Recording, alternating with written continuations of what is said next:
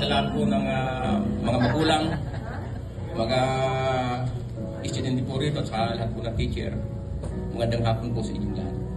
Ako nga po pala ang tatay po ni Christine Joy. Rosario Villa po ang pangalan ko. Ang tatay ko po, ay ang anak ko po ay si Christine Joy JB. Ngayon po, ako po sa inyong harapan ngayong hapong ito. At sasabihin ko pa rin yung aking mga pinagdaanan po ng aking mga anak. Solo parent po ako at wala na po akong asawa. Mula pa po nung maliit ang aking mga anak, namatay na po ang aking asawa. At ang aking pong hindi na po ako nag-asawa nung maliit pa nga. Tinaguyod ko na lang po ang aking mga anak.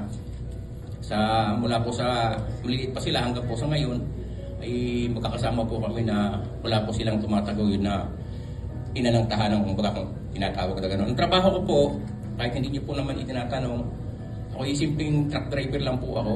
Yung car carrier driver po ako na kumakarga po ng mga brand new unit kagaya po ng Toyota at Nissan, Mitsubishi na dinideliver ko po sa iba't ibang showroom dito po sa Pilipinas. So ngayon po ay nagpapasalamat. Minsan nga po ang aking pong hanap buhay ay sulpot-sulpot lang po minsan. Minsan po wala po kami biyahe kasi per trip lang po ang aking biyahe. Ang aking anak ay bayarin po sa school at saka meron pa pong sa enrollment sa iba pang mga bayarin. Nagkakaroon po kami ng kagipitan sa amin pong tinatawag na pamimira. At nagagawa po ng aking anak na si Christine Joy Bella na mag-promissory note po doon sa school kasi hindi pa nga po kami nakabayad. Yun po ang salisay po ng aming buhay. At galing po kami sa Bicol. Nanirahan po kami rito sa San Roque, Santo Tomas, Batangas.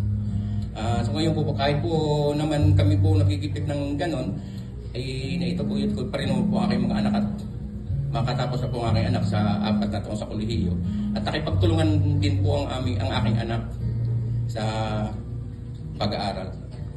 Dala po ng aking kahirapan, ay nakipagtulungan po ang aking anak at siya makatapos po ng kolehiyo. At ito pong selebrasyon ito, hindi po ito basta selebrasyon lang po. At ito po yung selebrasyon ng mga estudyante, selebrasyon din po ng mga tatay na kagaya ko na nagsakripisyo po sa kanilang mga anak sa pagpapaaral. At yun po ang masabi ko, maraming salamat po ulit sa inyo pong lahat na narito. Maraming salamat.